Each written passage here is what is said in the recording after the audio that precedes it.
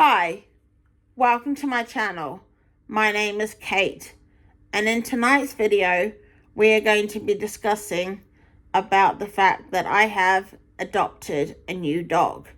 But before we discuss about the new dog, I just want to tell you a bit of history about my previous dog that I ever owned and why I have come to the decision to adopt a new dog. Now, March of this year, I sadly had to say goodbye to my wonderful Millie. She was my best friend, and she died in my arms at the ripe old age of 16 and a half. I got her as a pup when we lived in Australia, and I wanted to not give her up for adoption and have her come over to the UK and live with me because I couldn't bear to be without my lovely Millie. When I was feeling down with depression or feeling unwell due to my health problems, she would always be there and say like, "Mom, it's okay. I'm here. We'll pull through. We'll get through it. Don't worry, we'll do it." And she was the reason that made me get up in the morning, the reason for getting me out and taking her for a walk, etc. But she started to go downhill after Christmas and even just before Christmas, where she just couldn't barely walk. I would try and take her for a little walk, but you could see in her face that she was not happy. I had to have her put on painkillers for her arthritis. Some of her teeth needed work doing too, and I couldn't afford to do that. I could only afford to do a few teeth, but not all of it. And then she started getting to the point where she wouldn't want to go for walks, and I bought her one of these little satchel bags where I could put her in there and we could go for walks, but she wasn't physically walking. But she didn't like it. Didn't matter how many treats I gave her, she just did not like being in this satchel bag thing. So I just tried to carry her around my little area that I live at and try and make her comfortable. She had periods where she was wanting to go out to the toilet more often than she ever had been. She started weeing inside of the house. So I had to put stuff down for her. She seemed to eat all of her food. Like, I tried to give her as much food as I could to boost her up and maybe put some weight on, because not the previous vet where I had her put to sleep, but when I saw a vet prior, a few months prior to that, they said that she had lost a bit of weight. So I was trying to feed her up and get weight put back on, just to help her. And she was eating all the food that I gave her. And she just, her eyes, when she was in her bed, her eyes were like just telling me, "Mom, I'm not happy. I'm not happy."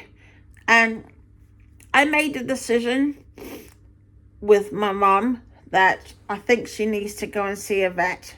She needs to go and see the vets because clearly she's not happy, and she had a few moments where she had some blood in her stool.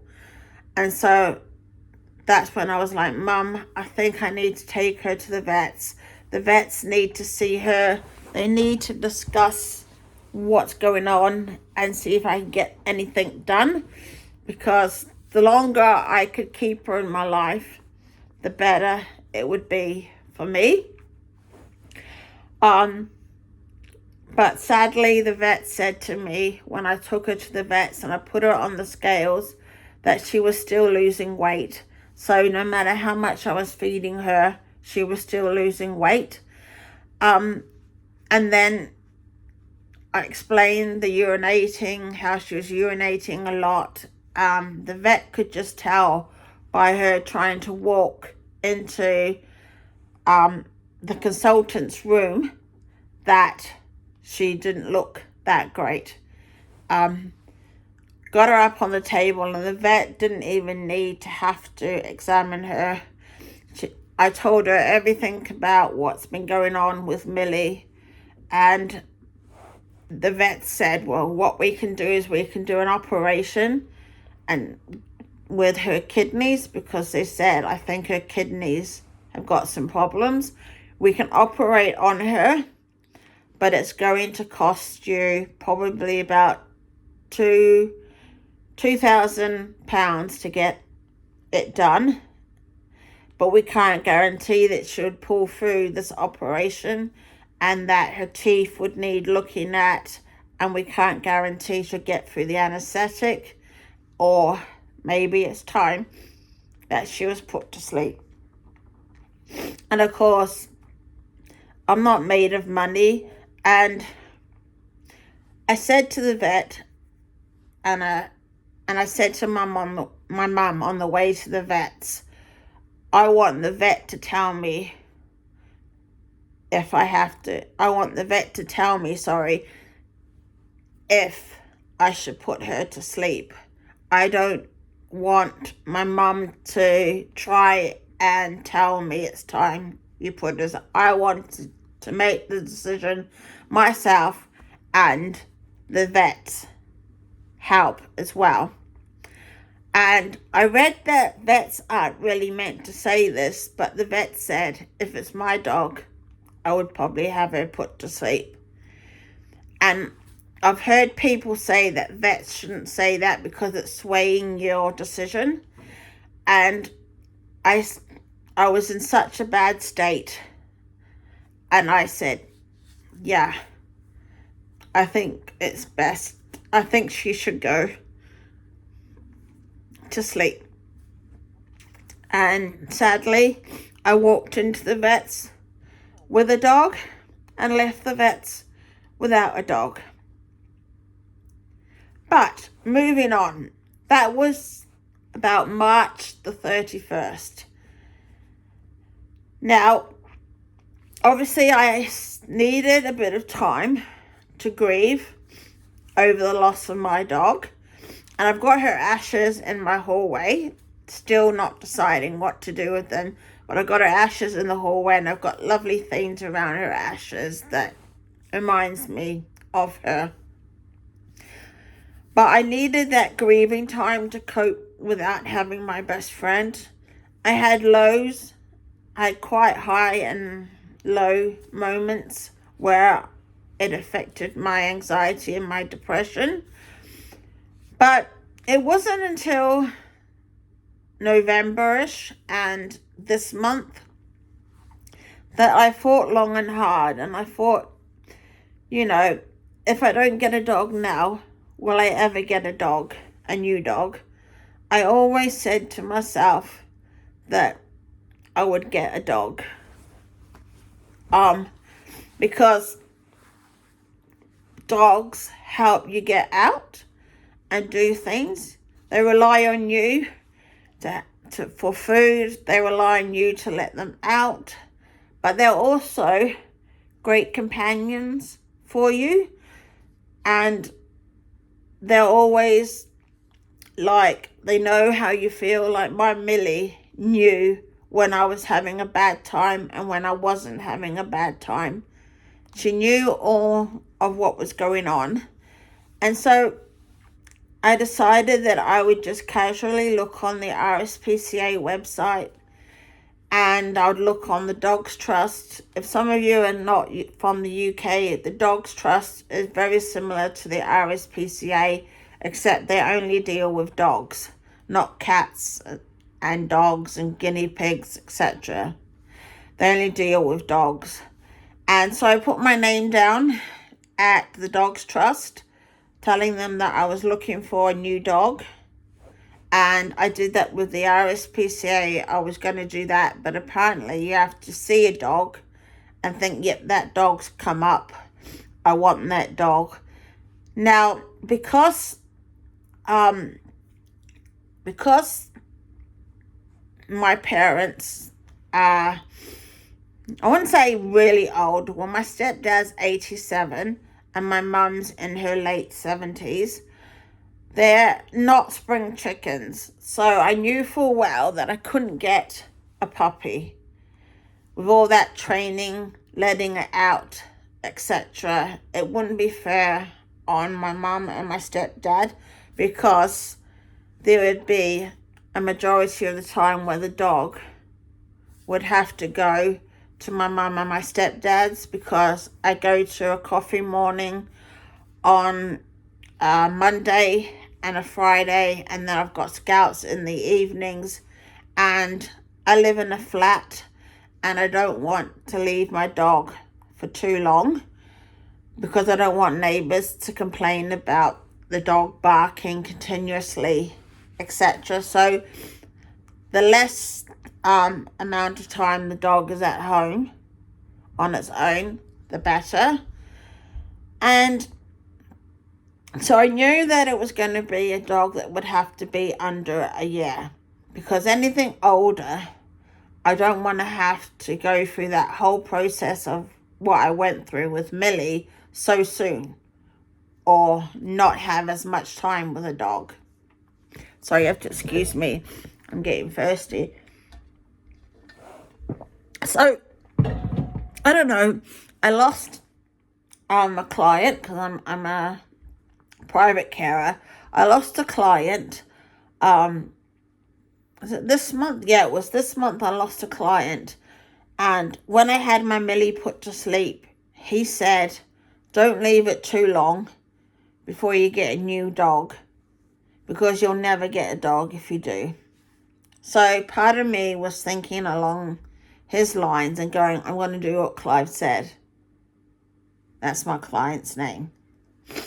And that's what I did. And I knew in my mind what I wanted.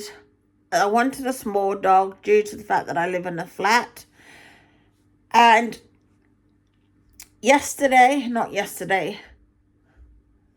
the night before, I just casually went on the RSPCA website, the RSPCA that's closer to us, because me and Mum went to the RSPCA about 4 or 5 days ago, because we thought that we could go there and fill out a form and ask them what the process is.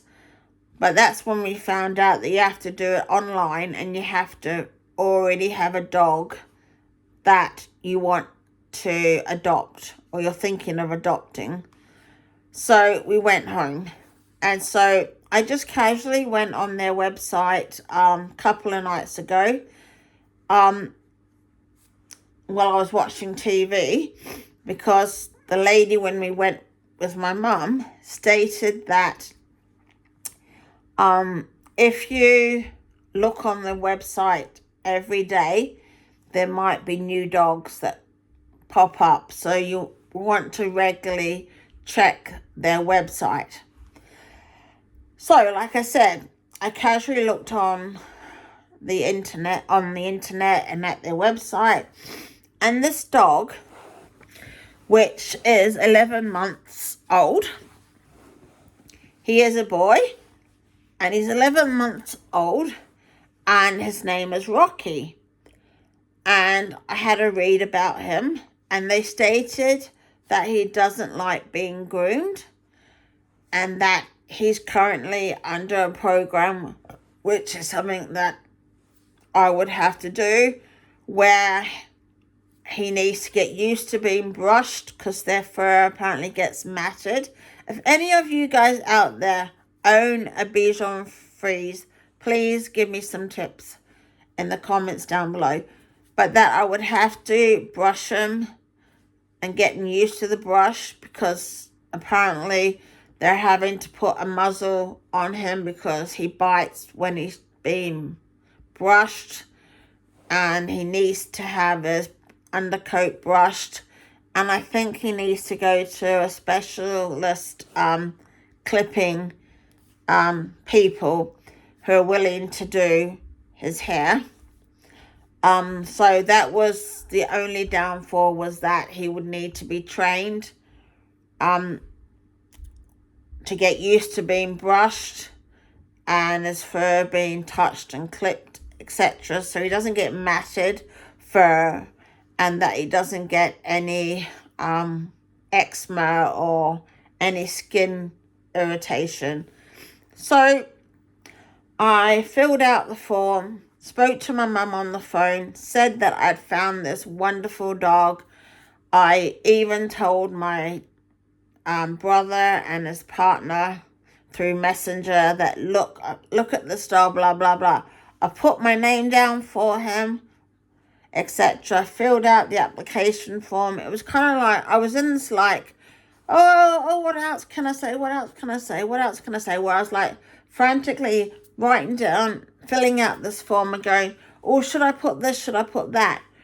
Because I was kind of like thinking that they might have several application forms that come through, and it might be like, how do I get to be the one that gets chosen, if you get what I mean? Because they may have had 5 people who have said, yep, I want that dog.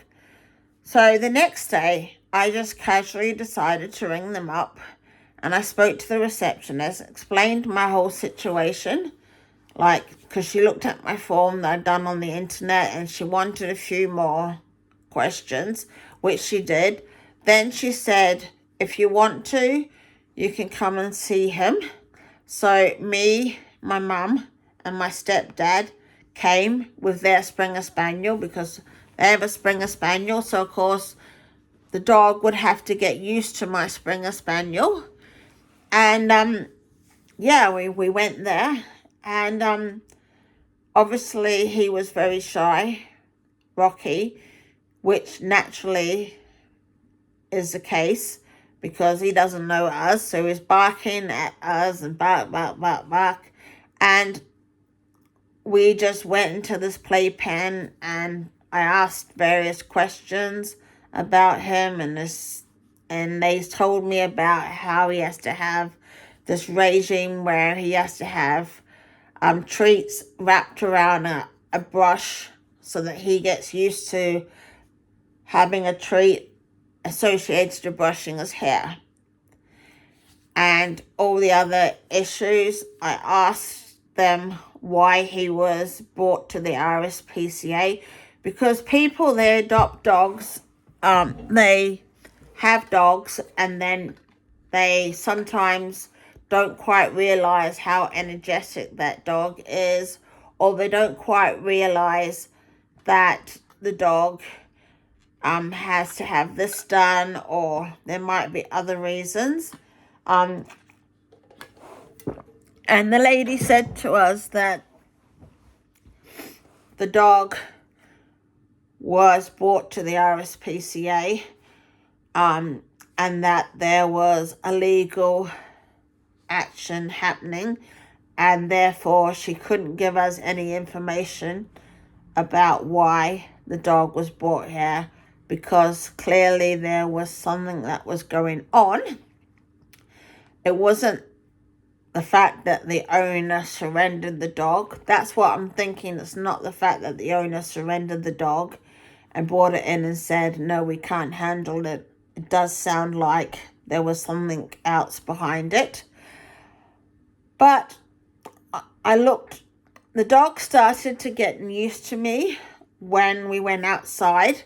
And when we went outside in this little playpen, forgot to say, my stepdad, he bought their Springer Spaniel, because their Springer Spaniel loves other dogs. Like when he goes for a walk, he will just like want to say hello to all the dogs, and then he gets all excited and jumps up and down. And it's not him being aggressive, even though it seems like that. It's just he wants to play, but he doesn't really understand that he can't play. So they brought the dog. My stepdad brought the Springer Spaniel, his name's Ben, in, and they had a bit of a sniff, and they just started running around in circles. Rocky ran around and so did Ben, and they were just having a whale of a time, burning energy off. So that was really pleased that the Springer Spaniel, my mum's Springer Spaniel, got on well with Rocky. And so Ben, the Springer Spaniel, my stepdad took him out and back into the car. And then I spent some more time with Rocky. He came up and walked up. I don't know. No, he wouldn't have walked. He was put on on one of those frame things where you have dogs that walk up and they've got like a little platform. He was put on this platform, and I think he was on a lead. I think he might have been on a lead. I can't remember. And I got to stroke him gently, and he sniffed my hand, and I gave him a treat, and I stroked him, and I stroked his face and around his face, and I just wanted to look in his eyes and see if he was the right dog for me. And also, deep down in my heart, I still had that feeling of, Millie, what do you think to this dog? What do you think? Because I always thought that one day Millie will choose a dog that's right for me. And I looked into his eyes. Now, I must admit, I don't like the name Rocky. I'm not keen on the name Rocky. I'm so used to being able to name dogs, like my Millie. I got to name her Millie. The previous dogs were not my own dogs, so my parents chose their names. But, I'm just used to having people decide what they're going to call their dogs. And therefore, I was like, yeah, Rocky doesn't really suit a Bichon Frise. Bichon Frise are white, fluffy balls. And Rocky makes it sound like someone that just goes for its life. And then I made that decision that, yes, I would love to have this dog. Yes, definitely. They said, do you want to have another meet up with the dog? And I said, nope. I'm sold on him. He's cute. He's lovely. And he would suit my lifestyle. So I paid the £50 deposit on him. And I knew that I would want to buy all brand new bedding. Like when my lovely Millie was put to sleep, my mum came round and I wanted her to take everything that was associated with my dog to be taken away. I didn't want to see it. You can do whatever you want with the bed, whatever. But I noticed in my stepdad and mum's shed that they had kept Millie's bed. And so I said to my mum, I don't want Millie's bed to be used on Rocky. It's almost like I'm telling myself that I want things that don't remind me of Millie. Like, this is a new dog, and I want to be able to have all new stuff apart from the bowl and the water tank thing. I thought I just want this dog to have only those bowl and that other thing, because I want it to be, I don't want this dog in my previous dog's bed. It's like I want a fresh start. I don't want to mind. But I'm sorry this is going on a bit long. I'm getting used to YouTube, etc. So if you've not fallen asleep, that's great. If you have, carry on. Have 40 winks if you want to. But last night, which was, because yesterday I put the money down for the dog, I started having, and even like today, I mean, the dog is lovely. Everything is great about the dog. But I just kind of help but think of my other dog and think, is Millie happy for me?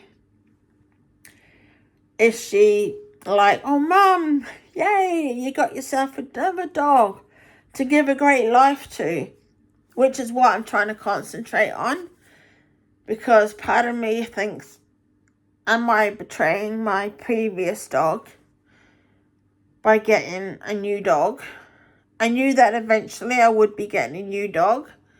I guess this is the first time that I've done this and that I'm not used to all of these. I'm not used to having seeing a dog that I've owned as a previous dog. Well, she's always been a previous dog since she passed away in March. But you kind of know what I mean when even like the vets. I said to my mum yesterday, this dog's not going to the same vets that my Millie went to.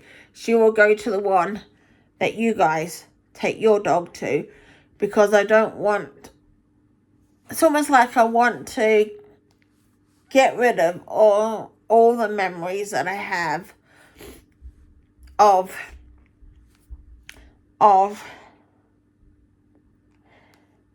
Millie associated with this dog. Like, if I took this dog to the same vets, it would be, oh, hello, you got yourself a new dog. And I'd be like, yeah, I'm not betraying Millie, which I know they wouldn't think that way, but I'm trying to, I don't know, maybe I'm feeling a bit nervous. I'm feeling a bit scared.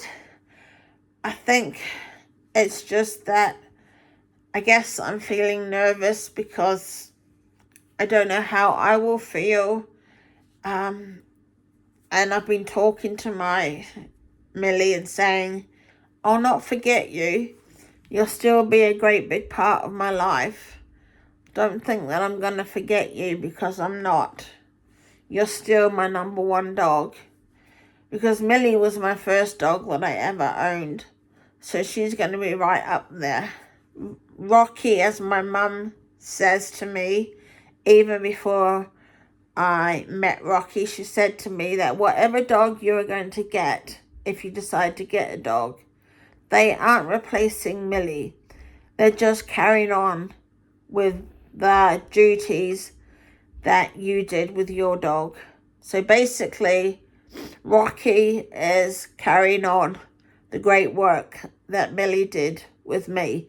And that is being able to, when I'm not feeling depressed or anxious, being able to take Rocky on great big long adventures, and something that gets me out of the house, something that gives me a little project to work on, and another little best friend. And I just think that part of my mixed feelings is probably because this is so close to Christmas, and Christmas is not my favorite time of the year. So I think all of the stuff that I'm feeling towards this dog is probably not 100% about the dog, but also about Christmas. So I'm getting all these emotional feelings, and I think that once I get Rocky and the Christmas period is over, I will feel so much better. Once I have Rocky in my arms and get him home, I think I'll find it will be okay. And I'm pretty sure that Millie doesn't mind and would be happy that I'm able to give another dog a great life like I gave my Millie. Anyhow, if you like this video, please give it a massive thumbs up. If you want to subscribe to my channel, to hear more stories or more of whatever, then please hit that like and subscribe button, because that really would boost my confidence. And if you have any tips on what you should do when it comes to looking after Bichon Frise, please let me know. The RSPCA are giving me lots of information, but anything from you guys would be fantastic. And take care, and I'll talk to you guys soon. Bye.